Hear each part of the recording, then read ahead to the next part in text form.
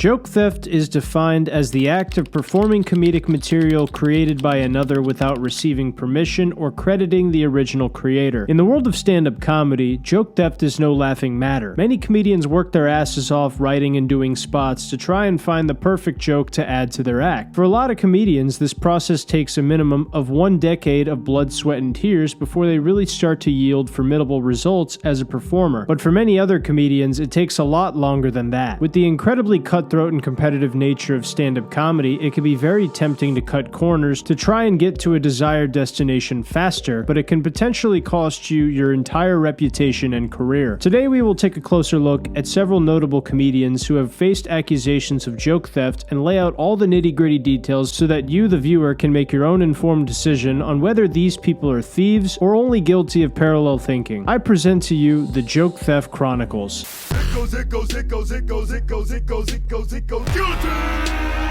I know there's going to be at least one comment of someone saying, "Hey Nate, why is Brendan Schaub on the list? I thought this video was about comedians who've stolen jokes." Fair enough.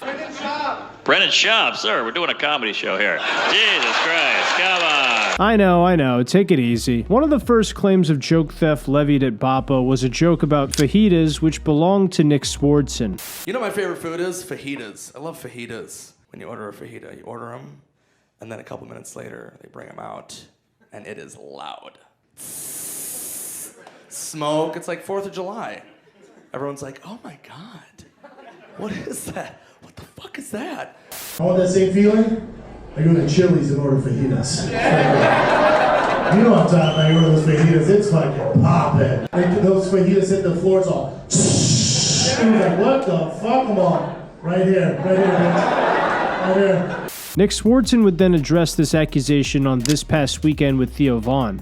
There was a bit about Schaub, like, I guess he said, people say he stole some fajita joke from me. Did he? I don't care. I know Brendan. I don't care if he did, but I doubt it. I mean, he's had fajitas. Yeah, a lot of people have had fajitas, yeah. So Nick Swardson gave Brendan the benefit of the doubt, but the plot thickens because there are other examples people give for why Brendan may be a joke thief. There's a clip of Bill Burd talking about Rocky in his legendary Philly rant, and Brendan uses a line that's pretty damn similar. Fucking Rocky is your hero. The whole pride of your city is built around a fucking guy who doesn't even exist. So you make a fucking statue for some 3-foot fucking Italian, you stupid. Philadelphia has a statue of Rocky Balboa. It's not even real. Most comedians have seen Bill Burr's Philly rant, so there's a good chance that even if Bappa didn't deliberately steal this, it may be cryptomnesia. Which, if you don't know, that's just when you forget you heard something in the past and then remember it later on and believe it to be your own original thought. Most of you probably won't give Bappa the benefit of the doubt here, and I totally understand where you're coming from. Another one people cite for his alleged joke theft is this topical meme about Bud Light being gay from an internet clip that Brendan also happened to perform on stage. Bud Light sponsored a tranny or some shit, dude, and apparently it makes you gay. I'm like, the fuck, man? Been drinking Bud Light for fucking years, man, and I don't see how it makes you gay. I don't see the problem with Bud Light, dude. I love Bud Light. Like, dude, people are so homophobic. Like, oh, you're gonna drink Bud Light, turn gay? Dude, get it out of here. After seeing a few of these clips in a row, it becomes much harder to give Brendan the benefit of the doubt, and much easier for comedy fans to conclude that he's a joke thief. There are also instances of Brendan using lines on his podcast that other people have said that you can look into if you want, but for this video, I was only outlining stand-up bits that people have claimed he stole. When your reputation is as damaged as Brendan Schaub's is, it's very hard to convince the comedy world of anything, especially when serious allegations of joke theft enter the conversation.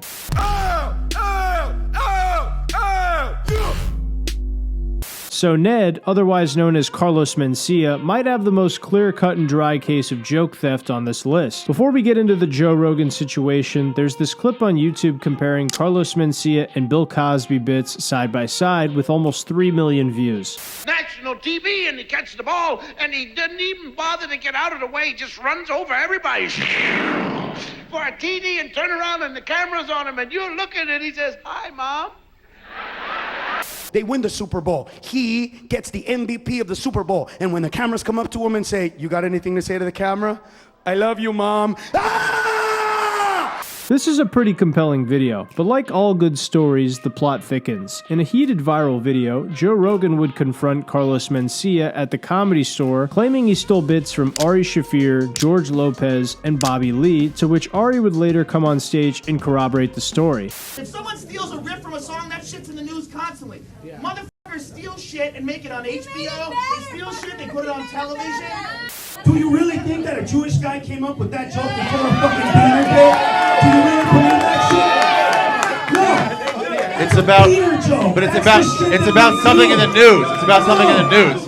Go from Bobby Lee. Let me tell you. The video on the internet of him admitting it.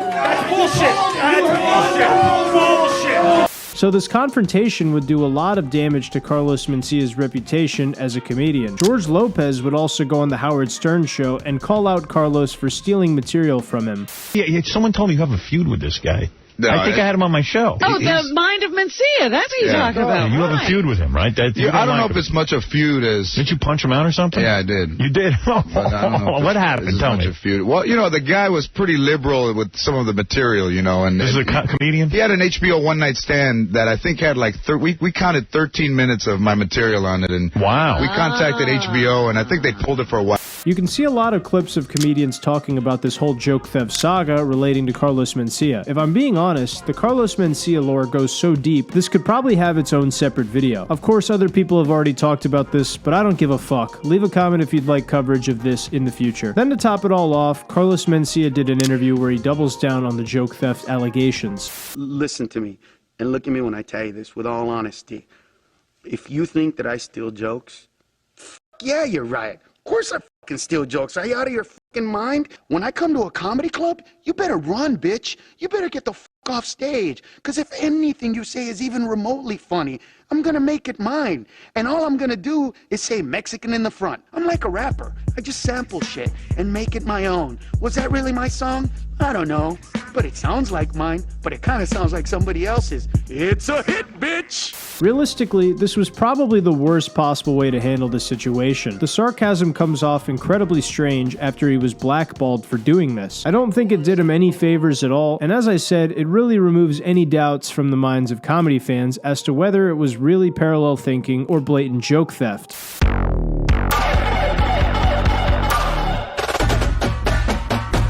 This one hurts, but it's certainly worth mentioning. Robin Williams is one of the most beloved comedians and actors of his generation. Some comedy fans consider him the funniest man to ever live, but his popularity as a comedian didn't come without some controversy. According to John Witherspoon, Robin Williams had stolen jokes from other people. But I wanted to know, is it true that Robin Williams is known in the comedy world as a comedian that'll go around and steal other comics material?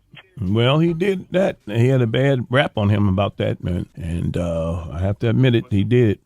It's not good to talk about the dead, but yeah, he would take people's material. But he would have people, he would have his lawyer come in there when he come back to the comedy store and give everybody a check that he stole the material. See if you prove that he had stolen the material. And he would steal stuff every week when he was on Mark and Mindy. So yep. But you didn't get that from me. Robin often did comedic improv on shows like Mork and Mindy and also as a stand-up comic, and one of the dangers of doing improv comedy is that when you rattle off the first thing that comes to your mind, you may be at high risk of saying something you've heard before in the past, which as I mentioned earlier is cryptomnesia. Robin would obviously write checks as a way of trying to rectify certain inequities, but to some comics this was deeper than money. There's a well-known story about comedian David Brenner who apparently confronted Robin Williams in person for stealing jokes of his, and he even threatened to physically assault him if it ever happened again. Apparently a similar story happened with Sam Kinison. I do love Robin Williams, but he did have a bad reputation for doing this. In fact, Robin himself even addressed this years ago on the WTF podcast with Mark Maron.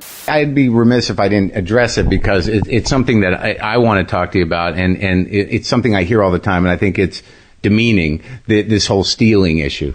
I think in the old days it was, if you hang out in comedy clubs when I was doing almost 24/7, you hear things, and then if you're improvising, you all of a sudden you repeat it going, oh shit. Right, that's the way your brain works. My brain was working that way. And now I literally had to go through a period and went, I'm not going to hang out anymore. I can't, because I don't want to get into that thing. And I was also like the bank of comedy, went, oh shit, here you go, here's money, I'm sorry. I didn't know that, oh shit, I'm sorry. Is that how you dealt with it? I just paid shitloads of cash. I was just like, here you go, I'm sorry. And then And then after a while, I went, I bought that line already. I'm sorry. And then they have to pay again. I went, oh, I'm sorry. So just guys who would come up to you and say, well, I do that. And I went, go, but so does everybody. Right. It's like there's other stuff that's common material. And sure. There's other things that go, you're right. I'm sorry. I heard that. So Robin Williams is honest in this interview about how a lot of the time he did swipe jokes from people, but how he didn't do it maliciously, which is why he felt the need to compensate the comics with a check. You have to appreciate the transparency. The sincerity in his voice and the reputation for how sweet of a guy Robin was makes me believe he's telling the God's honest truth here. I don't mean to throw dirt on the name of a deceased man. I'll always love and respect Robin Williams, but I think given his reputation for swiping jokes and then paying people, it would be weird not to include him on this particular list.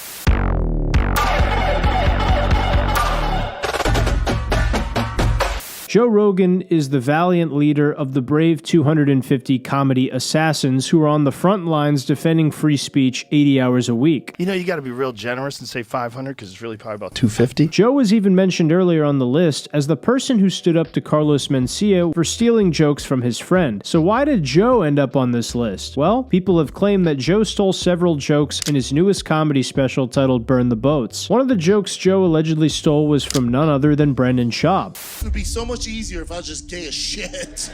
We'd like play video games all day. We'd work out. At night, we'd fuck each other.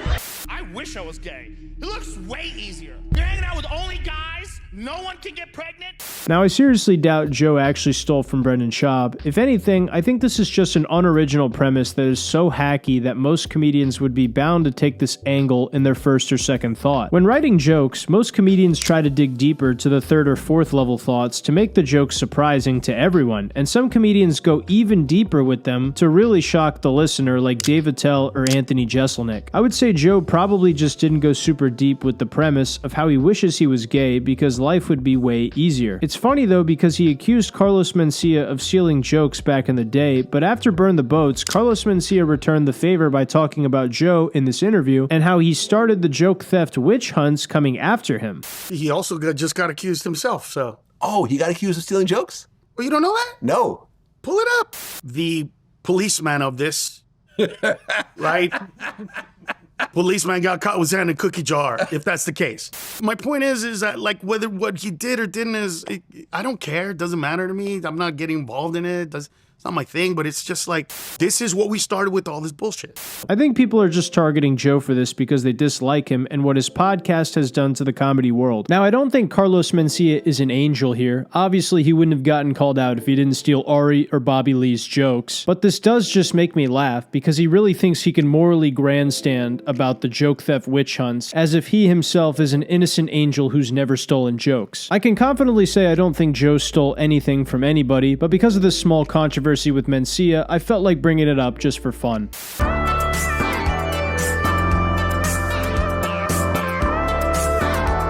Fasten your seatbelts for this one because the Amy Schumer joke theft lore gets awfully hairy. Amy Schumer doesn't have the best reputation in the world of stand-up. She's often the butt of many jokes about how female comedians are not very funny. I consider Amy Schumer the funniest person on the planet. There's also a 20-something minute video of jokes that Amy Schumer did that were apparently really close to other comedians. Some of the comedians in the video are Kevin Nealon, Patrice O'Neill, Daniel Tosh, John Mulaney, and a ton more where that came from. I'll show you a few of these clips just so you can hear for yourself. At the moment, they have Amy Schumer's head on the chopping block for a few jokes and sketches and her movie. My Babe Ruth bit was in Trainwreck. Who cares? It's just words. Right? That's why men, if we love you, we dress you for other women too. That's why we dress you stupid. Because we want another woman to look at you and go, he's cute, but I can't fix all of this. You dress him like that so nobody else wants to have sex with him? That's cool.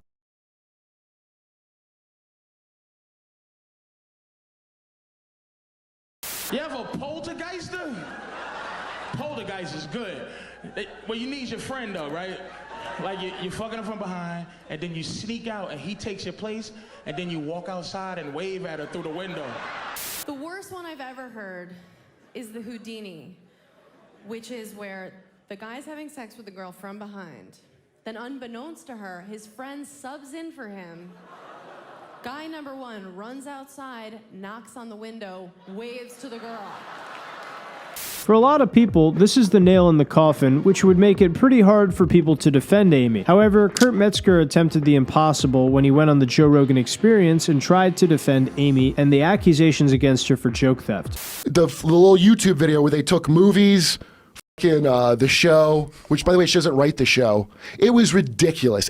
You know, like a smear job. But wait like a minute, wait a minute. There were bits that were exactly the same as you mean bits very that were on mediocre other... bits that anyone would have thought of? Dude, relax. That's why. But the problem with what you're saying is they have evidence. They're looking at one bit, and it's exactly the same as another bit.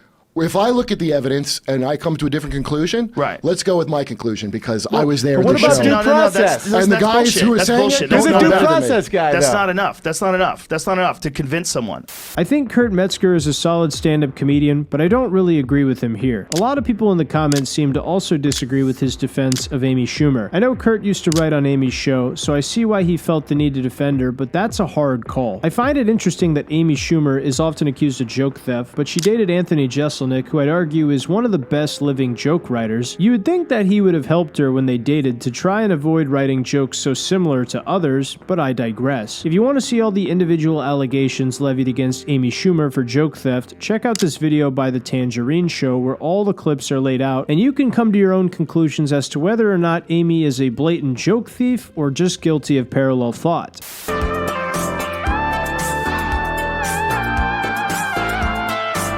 Dane Cook's joke theft allegation is one of the more tamer ones on this list. Years ago, comedy fans speculated that Dane Cook stole a bit from Louis C.K. during his massive rise to superstardom, and the confrontation between the two would get a lot more coverage after Dane went on Season 2, Episode 7 of Louis to hash out the joke theft allegations. I'll play the jokes for you so you can hear the bit in question that Dane was accused of stealing. My wife and I were thinking of having a baby, and I'd like to have a kid, because you can name your kid anything you want. I like that part. I'd like to give my kid an interesting name, you know? Like a name with no vowels, maybe, you know? Just like...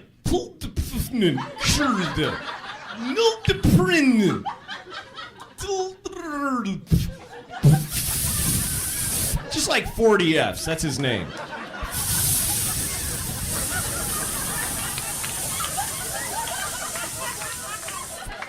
Go clean your room, you know, something like that. Yeah, I'd love to have some kids. I've been thinking about kids. I want to have like 19 kids. I think naming them, that's going to be fun. Whatever the names that you come up with, that's exciting right there. You get to both decide, hey, do you want to name that? No, I don't like that name. Right? It's like a little game. You try to come up. I already have names picked out. I don't even know. First kid, boy, girl, I don't care. The first one that comes out, I'm naming it. I think it's beautiful. It's feminine but strong at the same time. Time for bed. Now, I think the clip of them talking it out on Louis is a pretty fair representation of both sides in the dispute. I definitely think this was a good idea for Dane to shoot this with Louis. It was also good on Louis's part. It gives Louis the benefit of confronting Dane and making his feelings known about how he doesn't think Dane is a thief, but how he does think he subconsciously stole from him, and it gives Dane the satisfaction of putting this feud behind him without having to concede that he maliciously stole from Louis. There's actually an interview of Louis on the Bill Simmons podcast where he speaks candidly about the whole situation with Dane, and I think he has a great perspective on it. And I felt bad for Dane because I knew a lot of the backlash was backlash. It wasn't about me. Nobody was looking carefully at the thing. They were just enjoying pissing in his face. They just loved. And it was a little like he had gotten too popular. You were the comics comic. You weren't popular enough. Neither thing is true. Right. Dane is not a bigger than life person. He's a human being. And I'm also not some, terrific. I'm just a You're not a cop. Like everybody else, yeah. So I made us both human. That was the idea. It was just to humanize us, meet us in the middle somewhere. I think it helped Dane because I think it really helped him. I think Louis' takeaway from the whole situation is very fair and balanced, and it's clear he has a great respect for Dane and didn't want to hurt him, but also didn't want to completely alleviate what he believed to be an error in judgment on Dane's part. Louis handled the situation well, knowing that Dane was seeing a massive rise in popularity, and while a lot of people still shit on Dane and call him a joke thief, I think the episode with Louis helped him clean his hands and move forward as a comedian.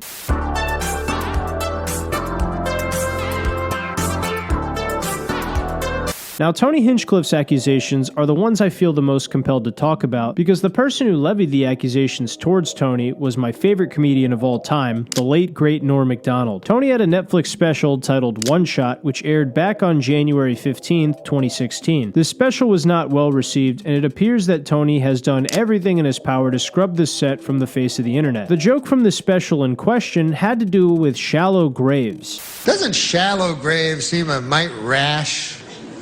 You know, like these serial killers are supposed to be so shrewd, but then when it comes time for the grave, they get a little hasty, you know? They're like, there you go, 3 twigs and a leaf. That ought to do it. That doesn't look like Janice anymore.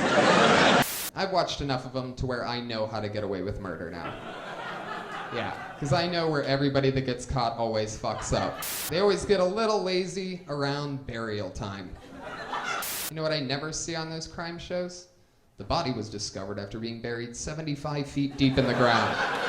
Upon the release of the special, Norm tweeted about it at Joe Rogan saying, quote, "Joe, someone tells me a man stole a joke from me and put it on a Netflix special. Says he's a friend of yours. Can you vouch for him?" End quote. To which Joe Rogan would respond, quote, "Norm, Tony Hinchcliffe's joke is completely different. They're just about the same subject. He's not a thief." End quote. Then Norm would respond again in a now deleted tweet saying, quote, "Just was sent the bit. Definitely stolen. Parallel thinking? No. Stolen." End quote. He also added on to that saying, quote, "You steal jokes, you pay the consequences. I have friends in low places." End quote. Now clearly Norm was joking with this ending part, but it seems like he sincerely believes Tony stole from him. That being said though, he didn't press the issue any further, and he probably really didn't care that much. Whether Tony Hinchcliffe is a thief or not, we really don't know. I'd lean towards saying he probably isn't, especially since I don't think he's faced any other allegations of joke theft in his career. Even though this was a one-off for him, I think Tony paid the price for it though because of how badly he got roasted for this Netflix special in this clip. Is this the guy that cut the other guy's hair?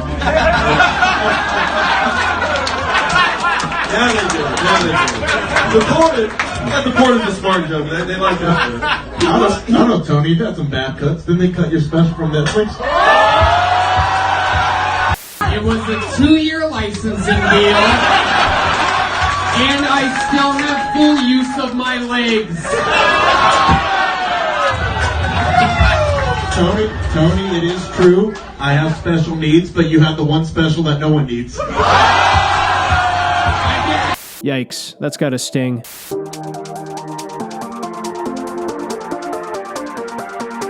Denis Leary, the asshole himself, has a pretty bad reputation for stealing jokes. The first allegation levied that I recall was Louis C.K. on the Opie and Anthony radio show, who claimed that Denis Leary stole the bit about being an asshole from Louis after he did a set. Then eventually he turned this into a song that made him a fuck ton of money.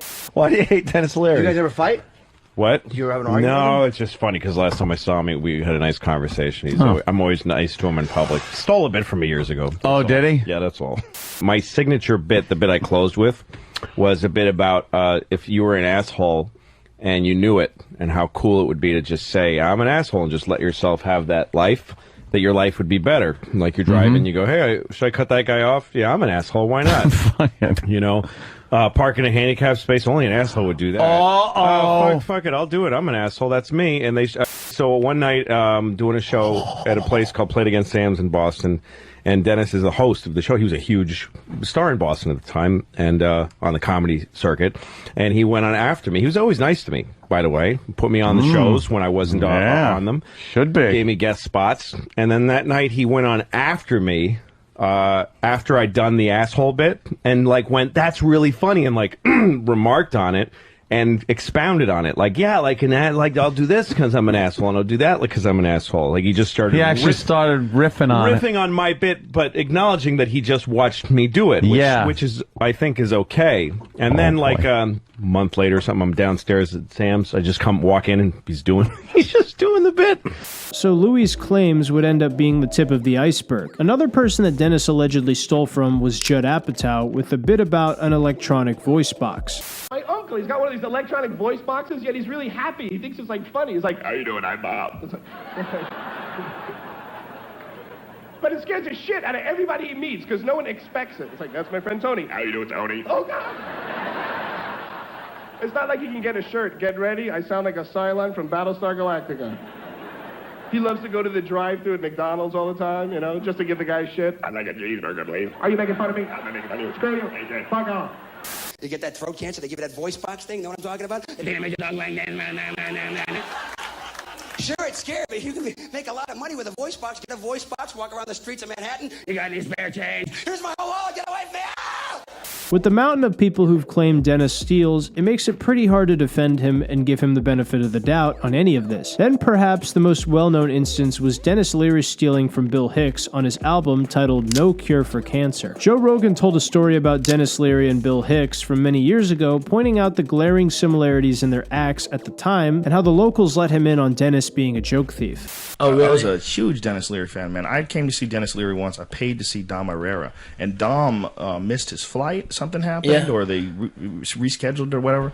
So, and Denis Leary was the headliner. I was like, oh, who's this guy? Where's Dom Herrera? Shit. I was like bummed out. But Leary went up and just lit that fucking place on fire. Maybe a month or two later, Hicks came into town. And everybody was like, oh, you got to see this guy like Paul Bart. And I see great writing, but I've heard these premises before, and I've heard the bits before. I've heard a couple of them. Yeah. And like there was like holy shit, this guy's like doing the same stuff that Leary was doing. So I asked like the local comics, I go, what the fuck is up? And their response was Leary steals. Before Dennis released this special, he and Bill Hicks were really good friends. But of course, after the special, they had a falling out because Bill felt that he had his work blatantly stolen from him. I'll show you one of the bits that Dennis lifted from Bill. I'm Yul Brynner and I'm dead now because I smoke cigarettes. Okay, pretty scary. But they could have done that with anyone. They could have done it with that Jim Fix guy, too. Remember that guy, that health nut who died while jogging?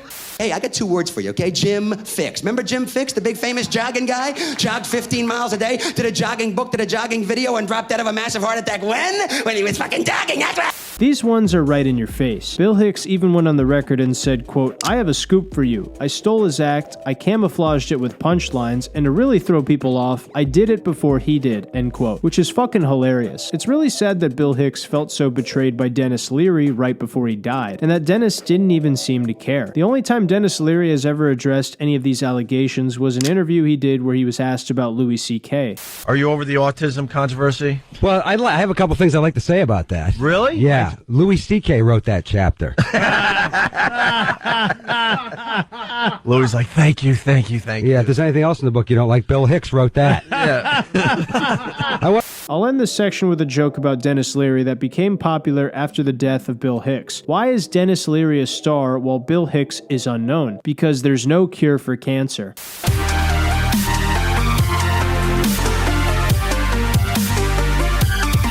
Conan's bizarre joke theft allegations were taken to court, and somehow this is the first I've ever heard of it. A man named Robert Caseberg sued Conan over what he believed were jokes that were stolen by writers on Conan's show. Robert is a joke writer based out of California who would tweet jokes regularly, and one of the jokes in question was tweeted in January that said, quote, a Delta flight this week took off from Cleveland to New York with just 2 passengers, and they fought over control of the armrest the entire flight, end quote. Then apparently Conan would do a similar joke almost word for word in his monologue the exact same day that Robert tweeted his joke. Doing such a close joke the same day really is a wild occurrence, but it didn't stop here. Then this would repeat several times with another joke about Tom Brady a month later in February, where just 1 day later the joke would end up in yet another Conan monologue. Then 2 weeks later this would happen yet again with a joke about a George Washington monument, and again 4 months later over a Caitlyn Jenner joke. Now Conan himself is clearly not a joke thief, but with an entire staff of writers who likely consume comedy and news headlines on a regular basis, it's conceivable that one of them may have subconsciously swiped a joke they saw, or worse yet, blatantly stole it from Robert. Robert would then take this case to court, claiming that his intellectual property was stolen without compensation, and if you're interested, you can actually find the entire court document online. In fact, I'll put it in the description below for your viewing pleasure. Eventually, this whole thing was sorted out very quickly, with Conan and Robert settling out of court before the trial even began. Conan's situation with his writers was likely nothing more than an accident, and Conan made sure that Robert got paid handsomely for his IP. So all in all, this was a win-win for both of them. If I was Robert, though, I probably would have fought to have a guaranteed job as a writer for Conan when a vacancy opened up at TBS.